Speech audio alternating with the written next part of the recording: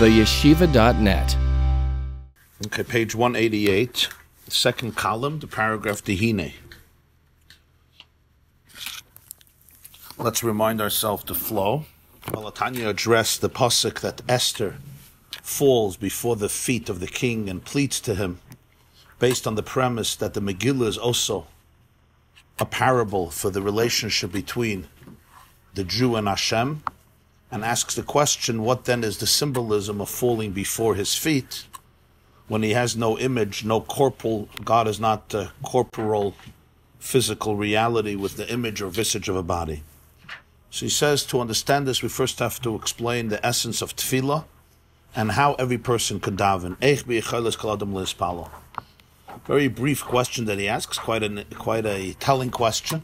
What is davening, and how can every person daven? Like, how can a person? How do you say his words? Kol adam lehispalo. Which actually, in an explicit way, he doesn't get back to that question. He starts over the Maamer, what is davening and how can every person daven? And you somehow have to infer from the discussion and the conversation and the explanation what the answer to that is. I'm just mentioning that. What is davening and how can every person daven? I think it becomes pretty clear, but it's interesting, he doesn't, usually the questions are addressed, but here he does not address explicitly the answer to the question. In order to understand this, he says that the Jewish people are called Knesset Yisrael, which means the gathering of Israel, Knesset Yisrael, which refers to not only every Jew individually as part of Knesset Yisrael, but also all of the Jewish souls collectively in their source are called Knesset Yisrael. And he says they have very many names, many symbolic names. Sometimes Knesset Yisrael is called Rachel. Sometimes Knesset Yisrael is called Esther. There are other names, but here he's addressing these two names of matriarchs of Jewish history and of the Jewish people. And he says there's a big difference. Rachel represents Knesset Yisrael when its true spiritual energy and creativity is actualized, it's revealed. And therefore, what it means is in every single Jew there is a very revealed and a passionate relationship with his or her source. Lemeve echad ve'echad, I want to be one with the oneness. And that's comparable to Rachel, to the sheep, to the ewe, who easily and with serenity and tranquility aligns itself with its master. That's Rachel. But then there is a state of Esther, which represents concealment.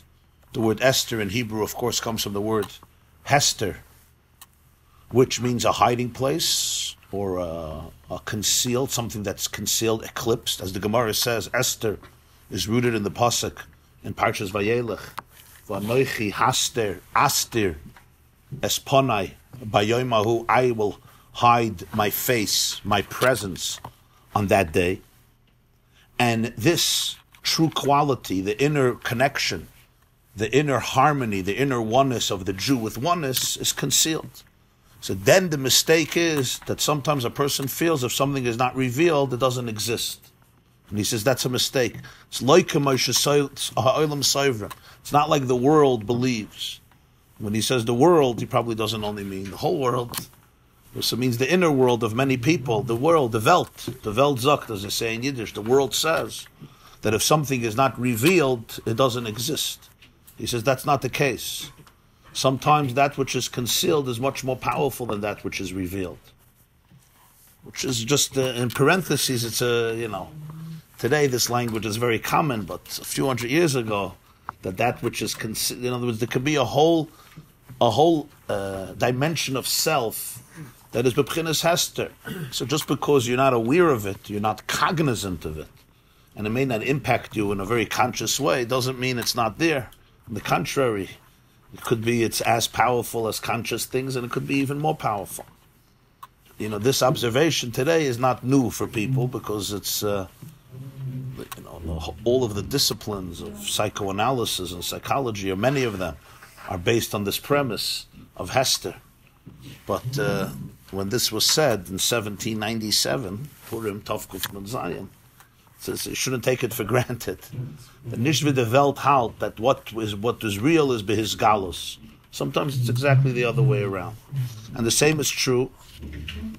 It's true. So we often talk about it in terms of dysfunction or challenges or toxicity or trauma or pain or anguish or loneliness or whatever it may be.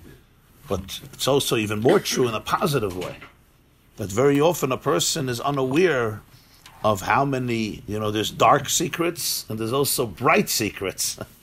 It's not only dark secrets. The idea is that there are beautiful secrets too. We talk about the dark secrets and the dark skeletons and demons and ghosts that are hiding in your closet, and it's time to shine the flashlight to get out the infections. That's on one level, and that's true. But even more powerful are the good secrets. Not the skeletons, but the angels. Let's call them the angels that are inside. And they're not dark, they're bright, but they're secretive, they're concealed. So he says, just because we don't feel it, because something is not his galus, never ever think that it's not here, there. You have to get to it. We have to excavate it. We have to dig for it. We have to find it. But it's there. And he said, never ever doubt that the relationship, that the ratzon, the desire, the yearning that Rachel represents, that the Jew wants to be in a full relationship with full harmony and oneness, as he says, lemeve echad be'echad, to be one with one is not there. Elamai, it's in a state of Esther, as the Pasuk puts it, a rose among thorns. And the thorns can eclipse it, the thorns can block it, the thorns can obstruct your access to it. Besides eclipsing it, you want to get close, and the thorns don't allow you easy access to it, which is all those things in the world, in a person's life, that may obstruct the rose. And Esther, he says, where is Esther?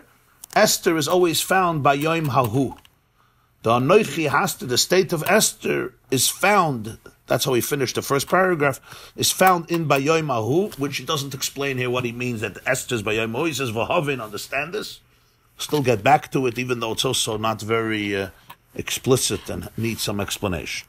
So now he starts the next stage of the explanation. The Hine, what do we mean when we say Esther is concealed by Yom Hahu? Yesh b'china nikra by Yom Hahu. V'yesh b'china nikras by Yom Hazeh. V'yesh b'china nikras b'layla Hahu. V'yesh b'china nikras b'layla Hazeh. There are 4 states. There's what we call Bayom Hahu, which literally means that day. There's what we call Bayom Hazeh, which is this day.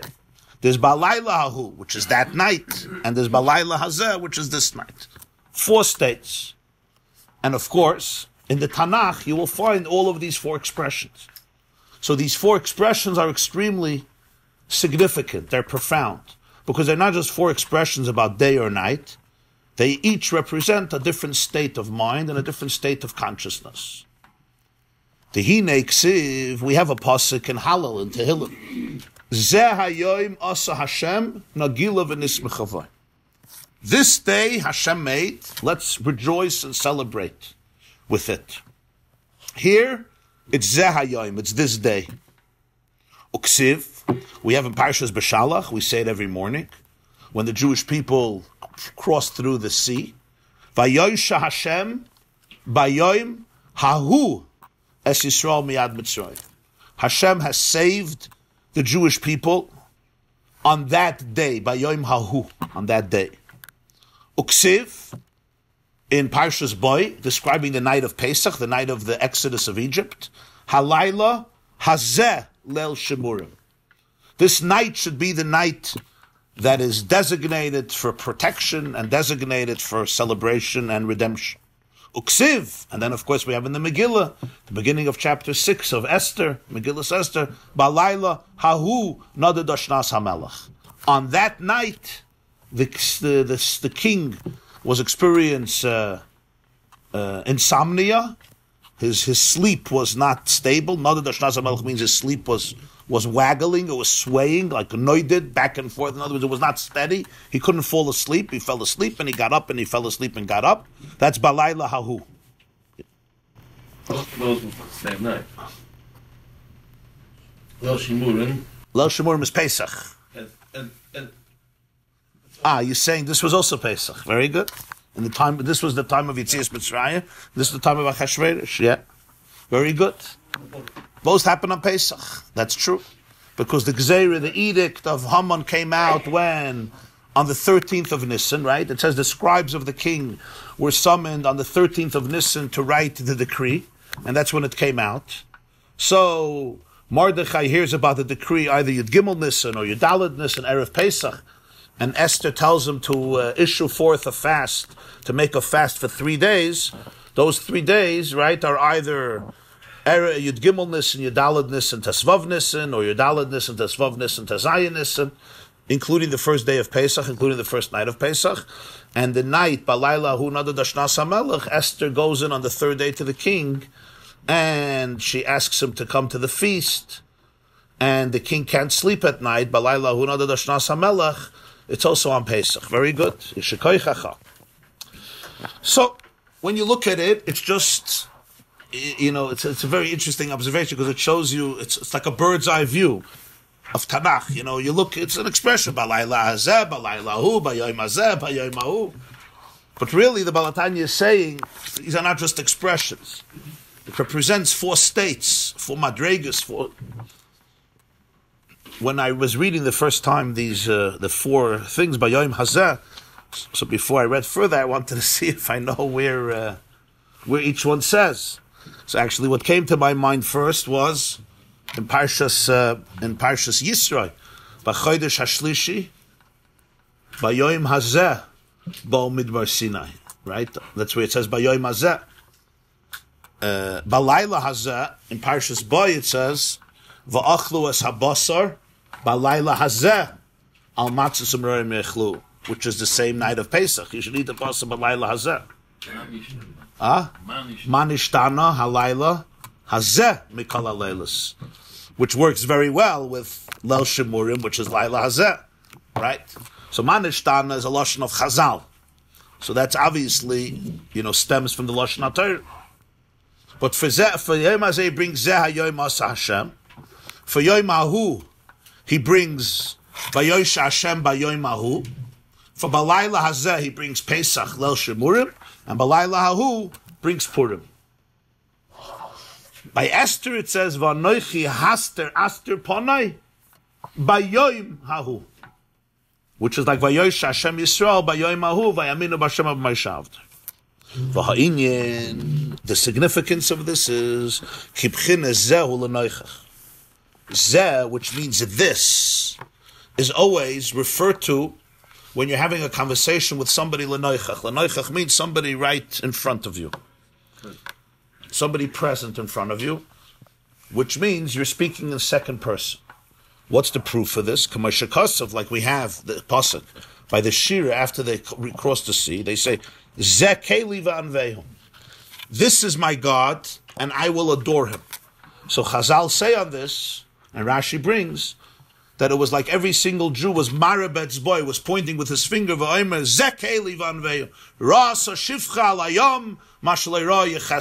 says. A maid servant by the sea, by the Yamsuf, by Kriyas Yamsuf, saw what Yecheskel didn't see. Yecheskel couldn't say Zekeli. In other words, the revelation was so powerful, it was so intense, that they could say Zeh. The Gemara says at the end of Maseches Tainis, that la'asad lavei, asad HaKadosh Baruch Hu la'asas machal tzadikim.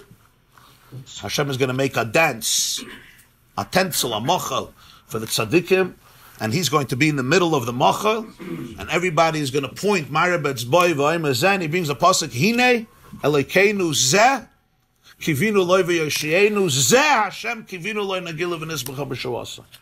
I can only point my finger to something if it's right in front of me. If something is in a different place, a different state, a different country, a different continent, a different planet, a different world, a different realm, the word Zeh would not apply. Zeh is l'noichach. You're here. I say, look, Zeh, here it is. This is it, right?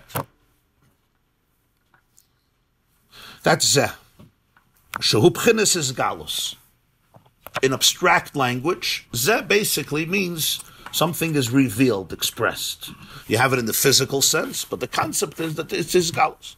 Kamashal melech basav adam would be like the state of a king, a human king of flesh and blood. All of the countries, all of the provinces under his malchus, the various regions, medinos, like it says by Achashverosh, that Sheva Me'ah ve'Esra Medina, it doesn't mean separate countries because there was one king. It was all part of the Persian Empire, but it means various provinces with different cultural characteristics in each province. So he says, Kol Medinos Malchusei, all of the provinces under his royalty, P'teilim Etzlai, are loyal to him, they serve him, they're surrendered to him, Machmas Sheineim Royes Es HaMelech. As a result, not only of hearsay, but because they experience the presence of the king, and that has a tremendous impact. The Ru'iyah of the Melech. Remember, it's hard for us to relate to these Mashalim because of where we live and how we live. But in the 1700s, every Russian Jew and every Russian citizen, the monarchy was not just somewhere in Petersburg. The monarchy was a very real presence. The mashal of a king was a very common mashal because it was the bread and butter of society. Society at that time was governed, much of society was governed by monarchs. This is only a few years after the French Revolution in 1789. This is 1797, and the French Revolution has not yet hit Russia. Napoleon didn't even attempt to come to war against Russia, which was only in 1812. So the metaphor of a king is a very powerful metaphor throughout all of Chazal, all of Midrashim, all Sifrei Kabbalah, all Sifrei Machshav, all Sifrei Chassidus, because it was part of the culture. When you said Melech, we look at Melech, the Queen of England, Eichmer Queen. I mean, it's more symbolic, the Buckingham Palace, Meloif, Megate, Medos. But it's symbolic, it's for tourists. And for the name, the reputation, and also for media coverage about the royal family. What would you do without it? But in terms of the real awe of a king, the king of Denmark, a king here, a king there, doesn't have that same presence, whether positive or scary. So, but the king itself, there's hearsay. People grew up, there's a king. But then there is, when the king came out, it was a different type of experience, a different type of awe, a different type of dread. Now, this is irrelevant if the king was a benevolent dictator or a tyrant. Obviously, then there was a different level of fear. But the point here is, even the most wonderful king, to seeing it is a completely different experience. That's the mashal. What would be in the nimshal? The concept of zeh, it's the relationship that happens when there's the hisgalus. There's the full revelation of Elokusa Yisbarach, of Hashem, of godliness. Ki'ilu ein of royas chisa. As though your eyes would perceive it. And he says as though, because the divine is not something that the eyes detect, not because it doesn't exist, but because of the limits of the eyes. What the eyes detect is only a certain limited, filtered element of reality. So he says, Ki'ilu ein of royas chisa. But the point of Ki'ilu ein of, just like when I see something, as we say, seeing is believing. Here it is. I could say zeh.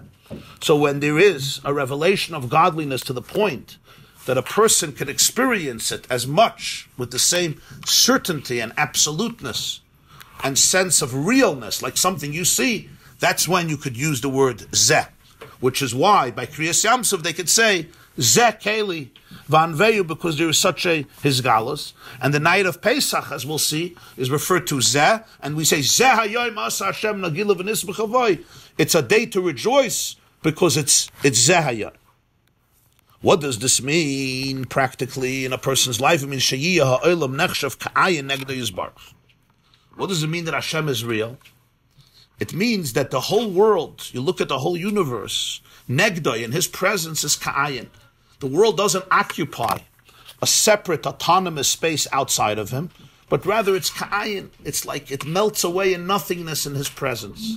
What you really is seeing is you're seeing the divine in everything. What are you talking about? It's explained b'makamacha, and not just b'makamacha. Probably here it has to be b'makaymis acherim in many other places. Sha'olam nikre yesh me'ayin. Our universe is always defined as yesh me'ayin, something from nothing. So you're telling me that in a state of zeh, the whole world is nechshav ka'ayin. On the contrary, our world is called yesh me'ayin, ex nihilo, something from nothing. The reason Torah uses this language, I mean, it says here Torah, you don't have the expression Yesh Me'ayin in Tanakh, but Torah, he means here all the Sfarim of Machshava and Kabbalah, already the Ramban, for example. The Rishonim use this, the Ramban in the opening of Bereshis Bara. The Ramban says, what's Bara? Bara is Yesh Me'ayin, something from nothing. And so in many other sources. It's because Dibra Torah Kaloshim B'nai Adam. Torah always employs the language of humanity. Shaleinenu hagashmis einei nira ha'ayin. Our physical eye cannot detect what we call ayin, because when I don't see it, it's not here. So I call it nothing. I call something that which I see, and that which I don't see, it's like, it's nothing.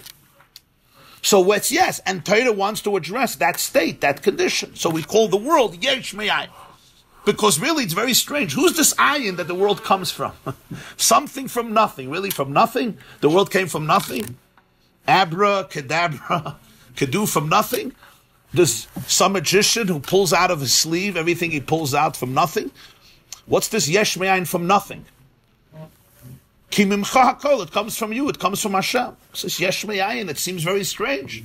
It happened from nowhere, it's the Big Bang exploded from nothing. So this is what the Balatanya is addressing, that from the human perception, what we feel is real is what we see with our eyes. That which is invisible, we define as nothing, even though in reality it may be the exact opposite. That really we should define this world, ayin miyesh.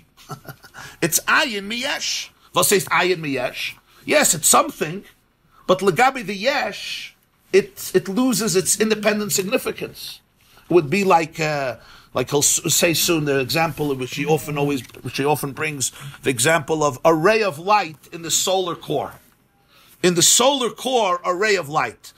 In this room, you'll open the Venetian blinds, a ray of light is very significant. It travels from the sun all the way to the earth and it gives us light. But in the solar core, there is still a ray of light there. If the ray of light leaves the sun, it's also in the sun. But it's obviously ayin. What do we mean ayin? It doesn't occupy any space in the source, in the essence. So what's significant is the real yesh. But dibra Torah b'lashon b'nei adam, from our perspective, what we see is yesh, and the ayin is invisible. So we call it ayin. We say it's nothing because I have no oisis for it. I don't have the kalim, I don't have the vessels, the instruments to be able to detect it. My eyes look and I see nothing. Very, very powerful distinction. This is expressed in the story of Maseches Brachas, Daf Chav Ches. The Gemara tells a story that Rabbi Yochanan ben Zakkai was considered the greatest leader and sage of his time. He is the man who led the transition. Why is he so important in history? Because Rabbi Yochanan ben Zakkai was the person who led the transition from Beis HaMikdash Judy to Beis HaMikdash era, post Beis HaMikdash era.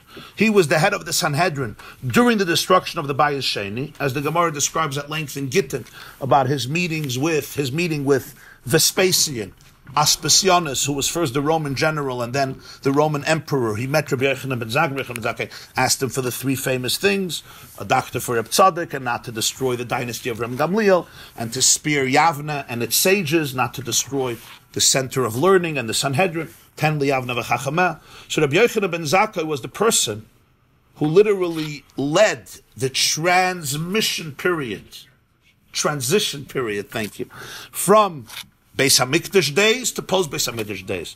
Now everybody understands that the trauma of Churban Beis HaMikdash was incredible, right? We could have a little hasaga, because past generation, although in a different way, experienced something, I'm not going to say smaller or larger, I don't know if these things could be compared with quantitatively or qualitatively. Both Akaveya, they both have transformed Jewish history. But in such a state, when the center focused on Eretz Yisrael and Yerushalayim, the Beis HaMikdash, the Sanhedrin, everything was destroyed, Rabbi Yochanan ben Zakkai was responsible for this Maiver, for this transformation. When he passed away, the Gemara says in Brachas, Chav Ches, his students were there. And they asked him, for a message. They asked them to bless them, to pray for them. So Rabbi Yochanan ben Zakkai said these words: Yehirat she'ei moira shamayim aleichem kamoira basav adam. This was his message to his students. May it be the will of Hashem that the awe, the fear of Hashem, should be to you like the fear of people. So they said, Rebbe, this is all you could tell us. We should be as afraid of God as we're afraid of people. I mean, come on. It seems so anticlimactic. So Rabbi Yochanan ben Zakkai said, Halavai, don't underestimate my blessing. And he gave them an example. He says sometimes people do things, and then they think somebody may have seen it. There was a video camera. And they say, please, I hope nobody saw it. If somebody would have been there, they would have never done this. So he said, if you can just relate to Hashem, just on that level, not more than a person, but as much as a person watching, just like a presence watching, that's a pretty powerful prayer. In other words, Yiras Shamayim on the most basic level means just God is here. God is really watching you. God sees what you do. That itself, Rabbi Yochanan ben Zakkai felt, is a very profound experience in this life. That a person could really experience Hashem as though there's a person watching. What is this based on? This is the concept of Yesh Me'ayin. We live in a world of Yesh. God is Ayin. Why do we call it Ayin? Not because it doesn't exist, but because we can't see it. So we say it's nothing. It doesn't feel like anything. You can't compare it to something tangible that you see, and that's why he's blessing him. He's blessing them to become a bus of Adam. That's the concept we call Zeh HaYom. On two levels. Yom is day. Vayikra lekim la'or yom. The pasuk says in Bereshis, Hashem called light day. V'lachoshech kara layla. And darkness he called night. Night is associated with darkness. Day is associated with light for the obvious reason that the sun is shining and then the sun sets. But in Yom itself, there's Yom HaZeh, which means the day is in a state of Zeh. So the Yom is in a state of Zeh, so you have here a double revelation. It's a time of day, which is generally a time of vision. You can see. Remember, again, we have to go back to a time before Thomas Edison. When the sun set, it was dark outside. Nightlife was not nightlife. Nightlife was night sleep. You went to sleep at night. Dawn broke, sun rose, you woke up. Yeah. In the time of the Chazal, there was no waking up late. The Mishnah says, Derech Malachim Lamed B'Shalosh Shayos. If you were a prince and you were a king and you had nothing to do, you could wake up at 9 o'clock. Sovzman Krishma. That's when Sovzman Krishma is. Today it's even later. Huh? Yeah. 10 and in Detroit 10:40. That's when the Malachim sleep till. And today a lot of Jews are B'nai Malachim, Baruch Hashem. So but you woke up with sunrise. Sunset meant you went to sleep, like the animals still do. You watch the deer, you watch the chickens, you watch the birds. Thomas Edison didn't change their life. They're still synchronized with nature. So Yom is associated with a time when you could see. Laila is a time when you don't see. When a person doesn't see, what happens? There's stumbling blocks. If there's Chalila a ditch, a person could fall into the ditch, a person can trip. A person is not aware of the realities in front of them, so therefore I can stumble. What does this mean psychologically? This doesn't have to do with daytime or nighttime. It means sometimes I'm in a state where there's clear awareness of where I have to go, where I don't have to go, where I should end up, where I shouldn't end up, what I have to avoid, what I don't have to avoid. Not just in physical terms, but also in spiritual and emotional terms. And then there's a time of Laila, which is confusion. I don't know. I don't know what to avoid. I don't know where to go. I may be completely lost. I may be going in the opposite direction of where I need to go. I may be ending up in places I don't have to end up in. I may be bringing in things to me that I don't have to bring in. It's a state of Laila. In Yom itself, there's Yom HaZeh. Yom HaZeh means the Yom is in its most revealed fashion. So in a spiritual state, in a spiritual sense, this is what he says, this is his galus alakusi yisbarach, ke'ilu ein of rayas. It becomes as real as the eyes detecting it. I was having a conversation, I was giving a lecture. There was Project Inspire a few weeks ago. There was a Shabbos Project Inspire it's part of Esha Torah's work for Kiruv and so forth, to have a Shabbaton once a year, and I was invited, so I was speaking, I was giving a lecture, so there was questions and conversations. An interesting question came up. Somebody said, we were actually talking about souls and afterlife and all that. So somebody asked, which is a very famous question, how can you even relate to these things as real, God or soul, when you don't see it? Come on. It's like, it's all speculation. It's all, you don't even see it. Which is it's a good question people ask. I don't see it. That's what he's addressing here. But if you listen to the words, you have here a very powerful, powerful message. And, in the 1700s or 1797, I guess you can understand it somewhat. But today, we have the privilege of having a certain perspective. And that is, forget completely the world of religion or Judaism. Completely. If you would ask any scientist, even the most, I'm not talking about a world-class scientist or physicist. I'm talking about even on the most basic level. You can even ask a high school graduate, as long as he went through the material. A high school graduate who learned even the basic stuff. Certainly a scientist. Ask, in terms of physical matter, what is more real? Which parts are more real, if you want to describe the world? That which we see, or that which we don't see? The dimensions of the body or of matter that we see, or that which we don't see? The most basic understanding of science and physics today is that what we don't see is far more accurate, far more describing the nature of reality than what we see. Because what we see is basically a very restricted, narrow form of reality, the way it is experienced by our eyes. And this is literally in every area of reality. So when somebody says, what I don't see is not real, it's completely out of touch with what's happening. I mean, germs. Take germs. Are germs real? So unfortunately, for much of history, they didn't know about germs.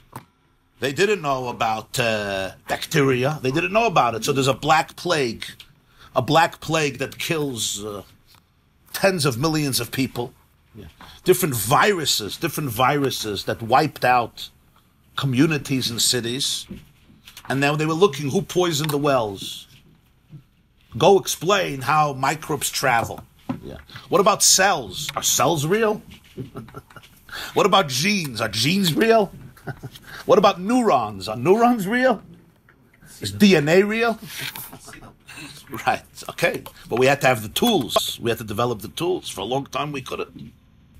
What about atoms? And in each molecules and atoms, and what about subatomic particles? Dwarfism and gravity. Yeah. Electricity, magnetism, nuclear force, positive force, negative force, gravity, and so forth. So we're getting closer, creating more tools to be able either to experience it or to see it at least with some level of imagination. Sometimes I maybe can't see it with my eyes, but I could use different tools, or sometimes I can deduce that something exists because of the measurements, because of the impact, because of the influence, and so forth. But to say that what I see with my eye, that determines reality, my eye doesn't see it, is basically a very primitive way of describing reality. Everybody understands this today. It really goes to it's really much deeper than this, because the question today is actually the other way around. If what I see has any reality. That's today the question.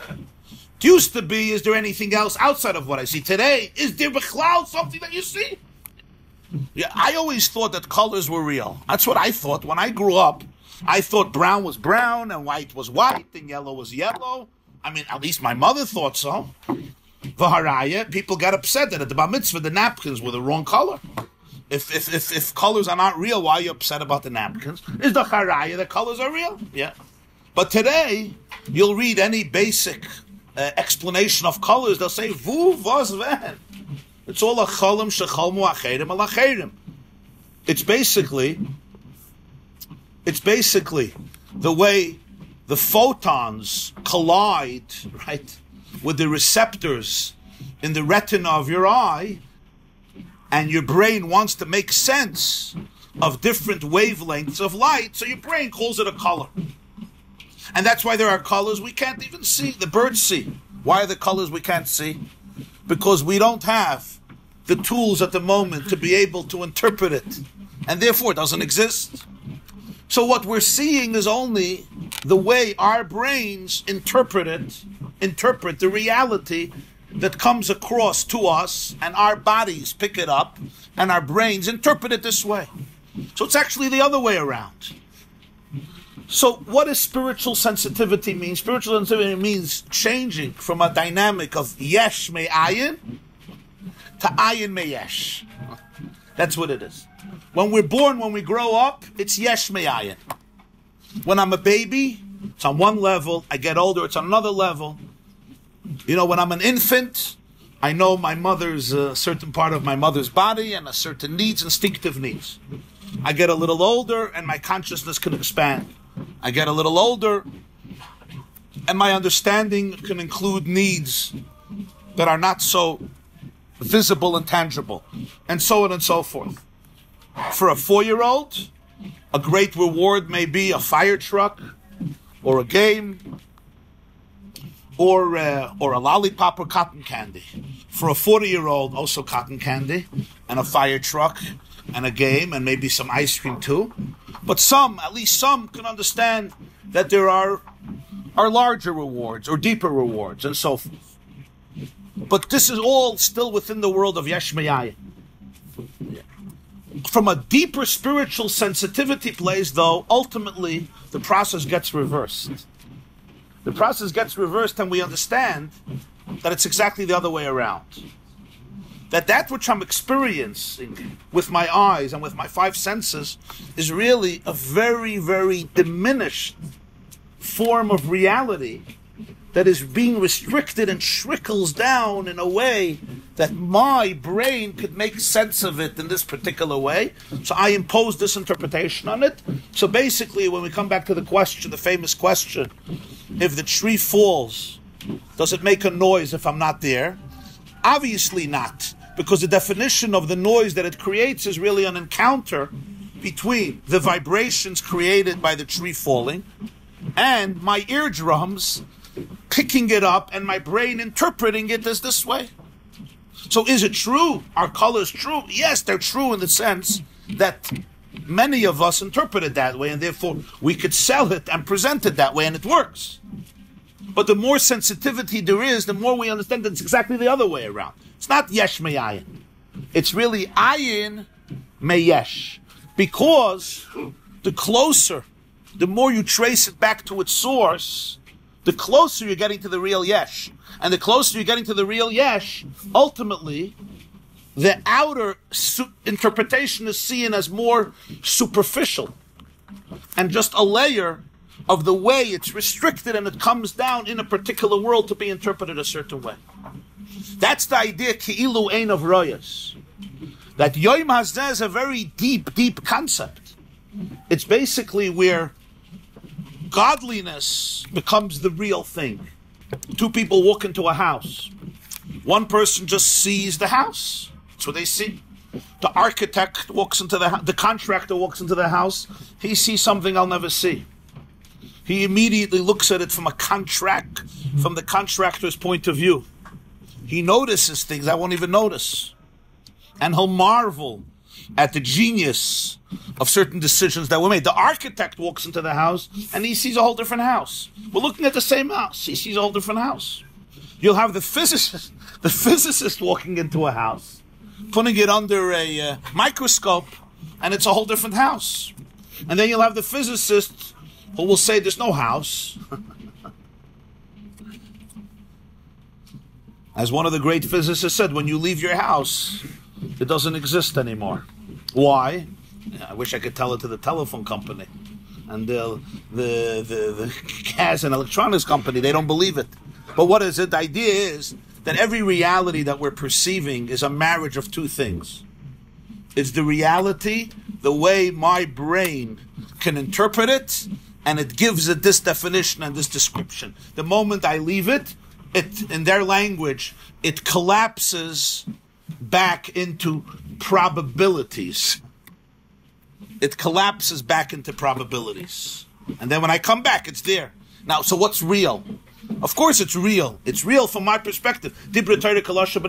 As our perspective expands, we start learning the opposite. That the whole world is ka'ayin negdoi. The yesh amiti, the real yesh, is the divine energy, the infinite energy.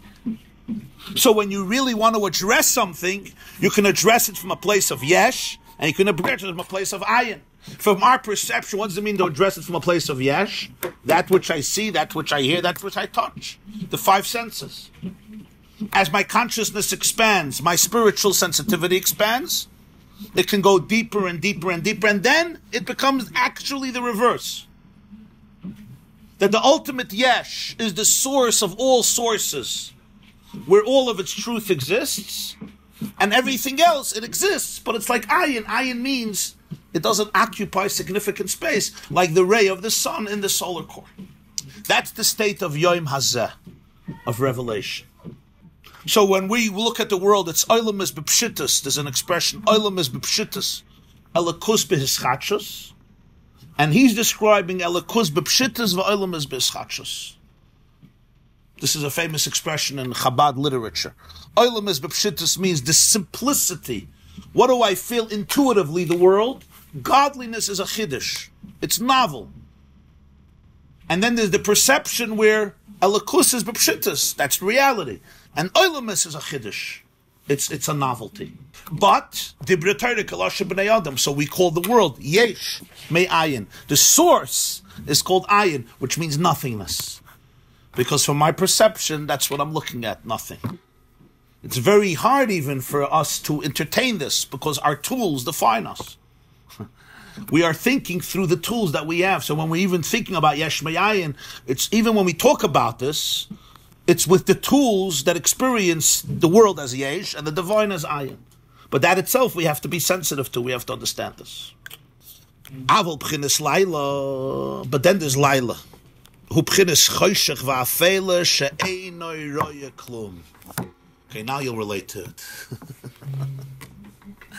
Laila is choshech and afela. It's a time of darkness. You see nothing.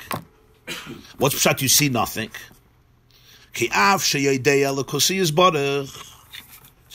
It's not only talking about, obviously, a person who sees nothing, but even somebody who could know, on some level, be appreciative that there's godly something of a cause. But this is a state called histalkus hamoichen. Histalkus hamoichen means the awareness departs, meaning ve'enoi nitfes b'moiche. It's not fully grasped in his brain. Hu gamkin b'chinas laila. There's a state of laila which is pasha darkness. A person is completely confused and uncertain about life. They don't know if they're coming. They don't know if they're going. They could be walking and go straight into a ditch because that is the place of reality. So therefore they have no perception. They have no vision of life. But he says it could also be a state of a person who has knowledge. But if it's not really grasped, there's no aha. You can hear, but this is called headin and deadheadin. It's not nitfas, but it's also light.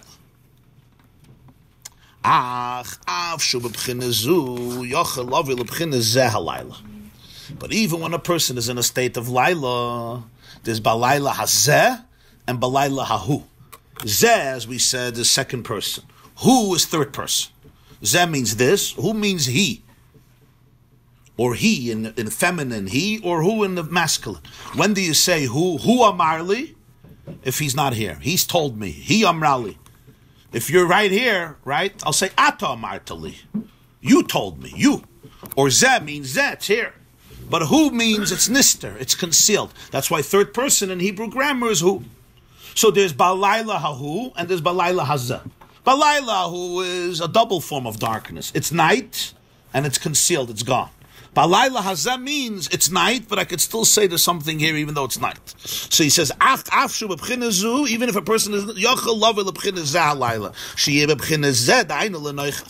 he can still come to the state of zeh halayla, halayla hazeh lel shemurim, Balayla hazeh, v'achlu balayla hazeh, like you said, manishtana alayla hazeh, that it should still be in a state of lenoichach. Lenoichach means in my presence.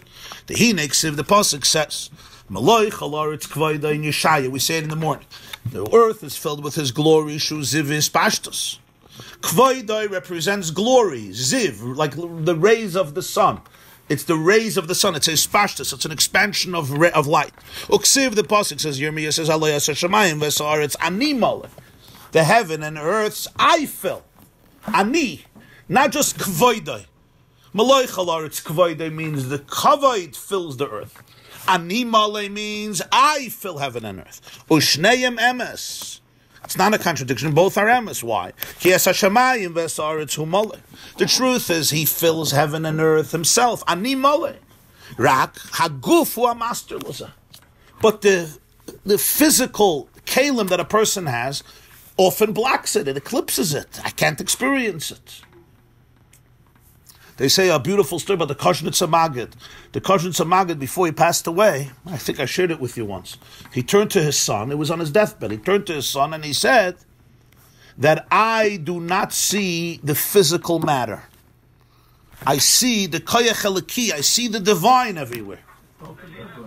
That's a separate ma'aseh. He said, Ich hab shenish ken gif. In Polish, he said, Ich hab shenish ken gif. I already don't have a body. I don't have a body. So his son, the son of the Rabbi Yisrael of Kashnitz, touched his father's hand. And he said, what do you mean you don't have a body? Ich tap dich the hand. I touch your hand. What do you mean you don't have a body?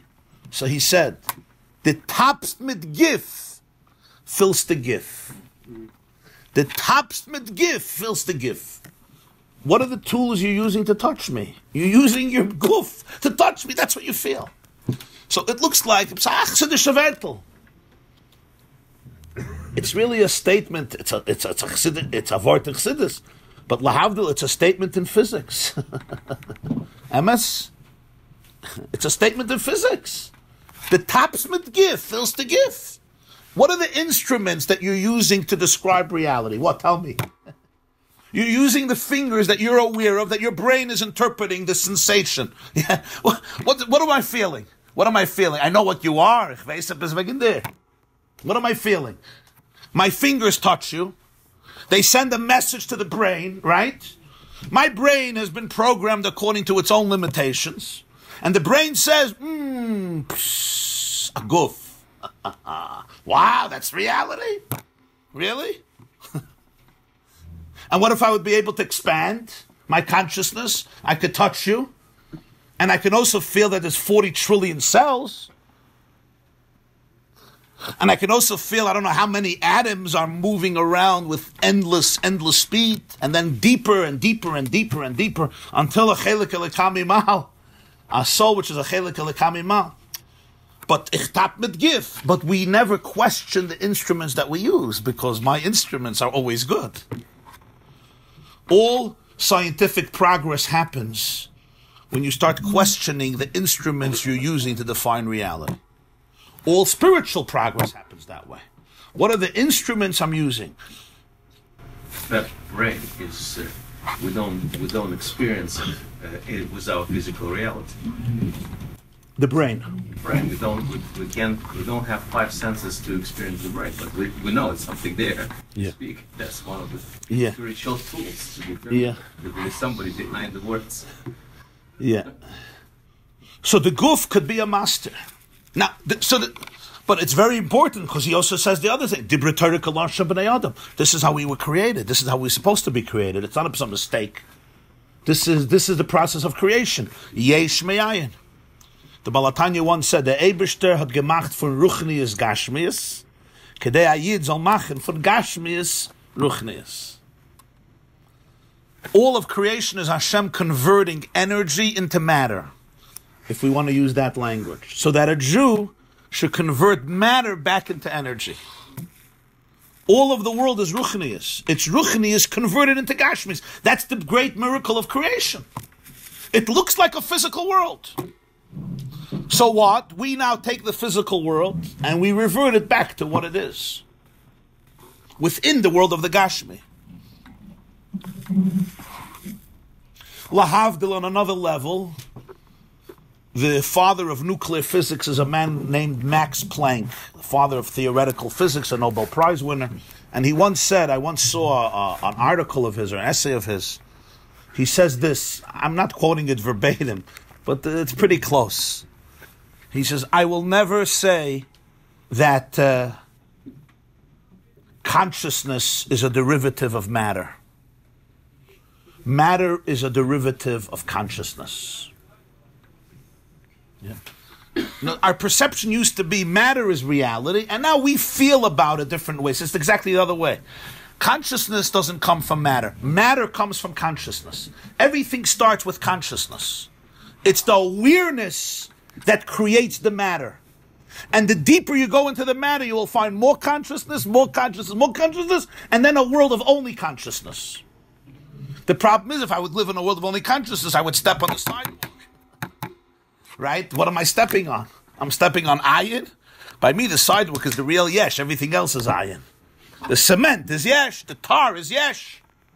Because that's the perception we live in. But essentially, it's a product of consciousness. That's Bayoy Mazeh. Then there's Balayla. But in a state of Balayla, he says there could be Balayla Hazeh. What's Balayla Hazeh? So he says, Haguf kaz mast umaloi chalaretz kvoida hu b'chines zivoy v'stash b'spashtos is barach lahachis oila. Kvoida is the ray which gives life to the worlds. V'b'chines tfisa musegas, which is that which can be grasped.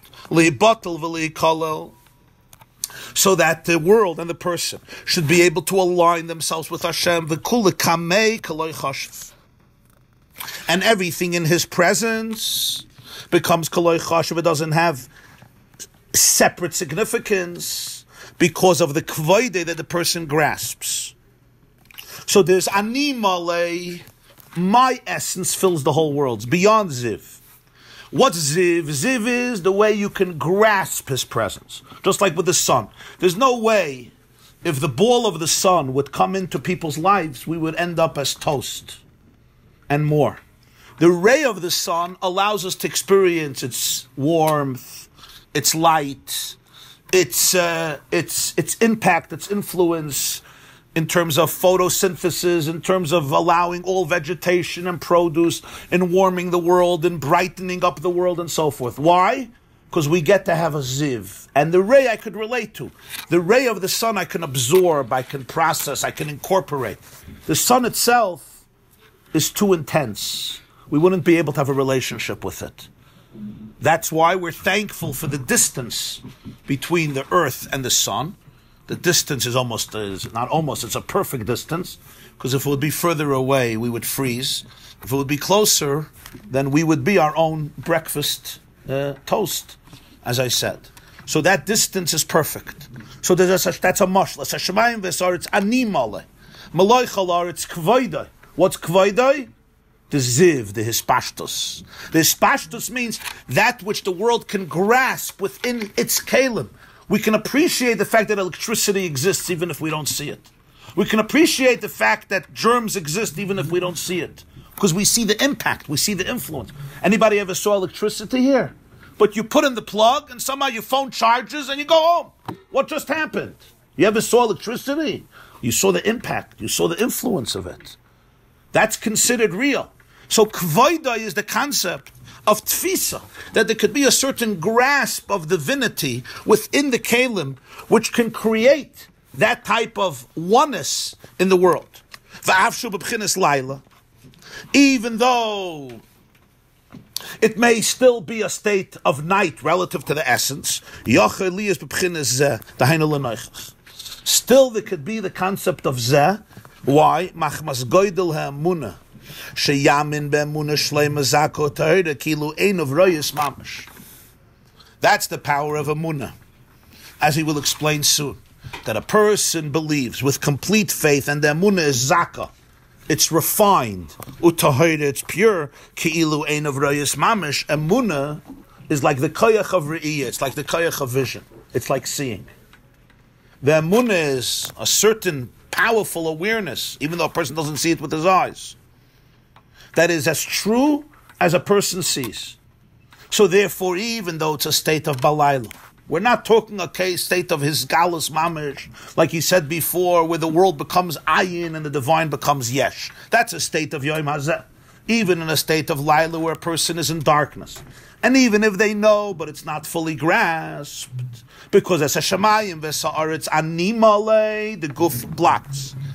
And even if there's a ziv, it's only a ziv, and sometimes that also could be concealed. It's a state of Laila, so I don't have the ani, I don't have the kvoide, I don't have the ziv. Nonetheless, he says, the goydel ha'emunah, the emunah of a person, even in a state of Laila, could turn the Laila into zeh. That even if there's a state of Laila, I know that there's no awareness. I know that there's a state of confusion.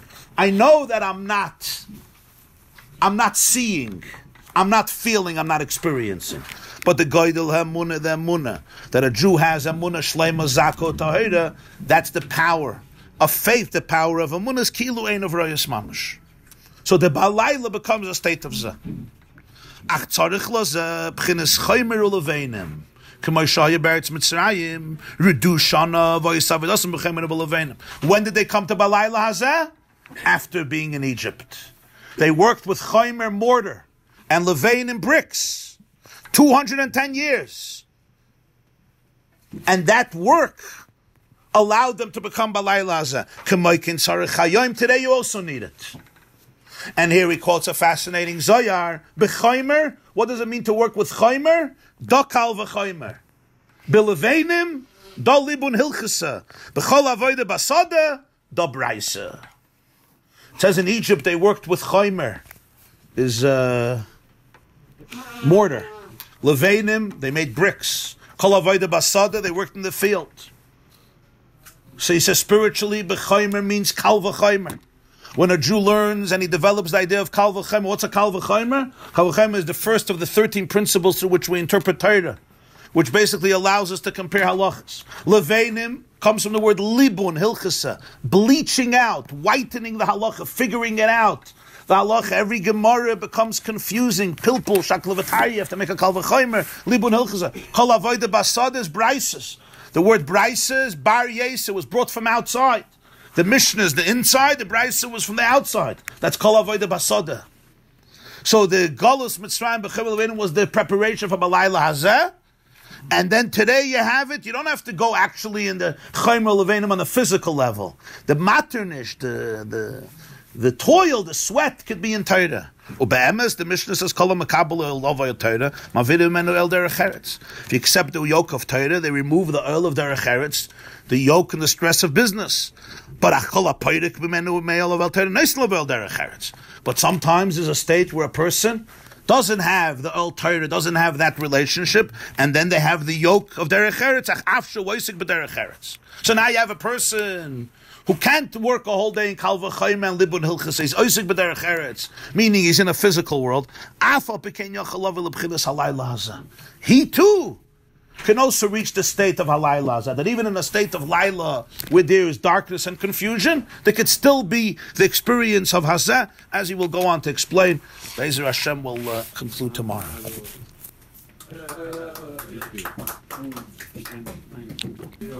The point is, when you're there, the house exists for you. When you leave, you're not there, so it doesn't exist. That's the point. Of course, we leave our house every day. But it's a very deep idea. It's not a simple idea. Actually, not spiritualists. This is physicists say this, not religious people. No. Physicists say this. When you leave your house, it's not there. When you come back, it comes back. In other words, it's a product of your mind. Your mind interprets reality in a certain way, and it says this exists, just like colors. Does the color exist? The color doesn't exist. For me, it exists. It's basically everything emits light. Okay? The light has a wavelength, or it has photons. It comes to my eye. I have what's called photoreceptors, a camera. I'm typhus it. I pass on the information to the brain. The brain, that's what the color that it doesn't absorb is what bounces back. So it's everything but that color. Mamish not that color. If you see something black, that means that it didn't absorb the black, it reflects it back to you. So that wavelength which hits the eye is that which it's not. Right. It's mamish invisible. Very good. You're saying the wavelength is that which it's not. Otherwise it absorbs it and it becomes invisible. You're saying what it absorbs becomes invisible. Right. So what bounces back is that which So he's saying even more. He's saying actually the color is everything that it's not. Because that which it absorbs doesn't come to us. So when we're describing it, this is red, this is brown, this is blue, it's actually not it. Very good. It's what it rejects. So what we're describing is the ultimate yes. This is red. I'll swear to you. I'll swear in God's name it's red. And I'm right. I'm right. Of course I'm right. Because everybody sees it as red. Because you see it as red, and it could be sold as red. You can make a lot of money. No, it's actually everything but red. It's everything but red. It rejected the red, and that's why it became red for me. No, right. Whatever is red, it was absorbed in it. I don't mean to drive you crazy, but it's a very good mashal because it tells us that what we're calling yesh and ayin is not so simple. You know, Exactly the reverse. It's mamish the reverse. The more yesh, the more ayin. The more ayin, the more yesh. That's the truth. It's real. The spirit, the ruchnis is real. The ruchnis is more real than the geshem. The geshem is just a very tiny, minute way of processing it, which actually just doesn't describe it even. It's that which I could relate to, just like with colors, and even much deeper, because here it's Gashmis, and here we're going to the world of ruchnis. Now, the idea here is not to say that there's no colors. That's not the part. The idea is to expand and appreciate the world in which we live in and have the ability to build and expand our consciousness. Yeah, they're both real. And all of Yiddishkeit, this is where Yiddishkeit begins. Yeah, that's where Yiddishkeit begins. This similar, very similar Buddhist idea that they're meditating all day, they're leaving everything. It's not at all similar to the Buddhist idea. The Buddhist idea, nothing to do with Buddhism. The Buddhist idea is about segregation from the physical world. All of Torah and mitzvahs is in the physical world. You put on tefillin with physical oil, and you give tzedakah with a physical money and a physical thing. You take trumas and maestros from physical tomatoes and this. No. It's not an escape from reality. You're not escaping the yesh. You're being megala, the emes of the yesh. You're not escaping the yesh. The tachlis of Judaism is, take marriage for example, right? The Dalai Lama doesn't get, the tachlis is segregation. If you could sit on a mountain and meditate for 50 years, that's your tachlis. Like Yiddishkeit, it's not. But it's not the ultimate ayin. It's just the present pleasure. It's not the ultimate ayin. Yeah, there's a reason that Jews are attracted to it.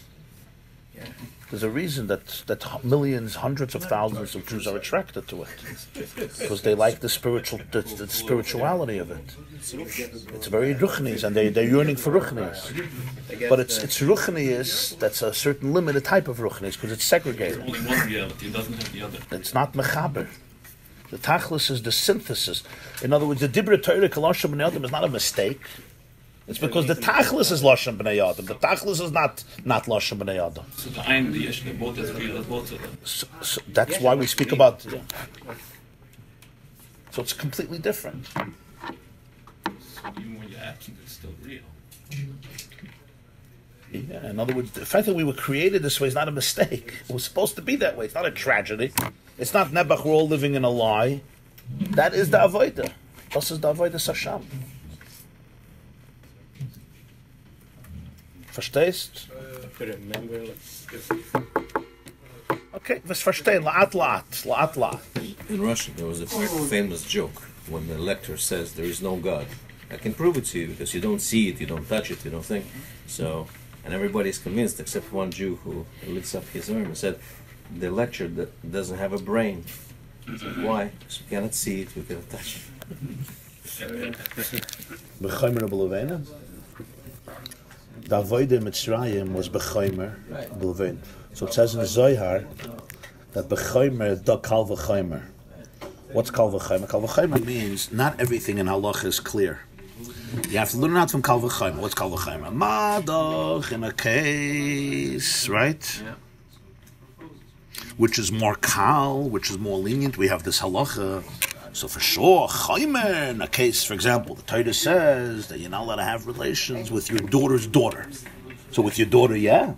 So madach with your daughter's daughter, not because it's the daughter of your daughter. For sure, with your daughter, kal v'chaymer, your own daughter, right? So that's well because it's not clear. The Torah doesn't say clearly. So we have a kal v'chaymer here, and a gzeir shava here, and a binyan av here. But the idea of kal v'chaymer is that you have to work. But that's like similar to chaymer. You got to make cement. And then there's leveinim. Leveinim da libun hilchasa. None of the halachas are clear. Yeah. We're learning now yesterday. Bracha achroina kaima, yeah? What's a bracha achroina kaima? Is it pas? Is it this? Pas shivas aminim, yeah? Machlekes rishonim.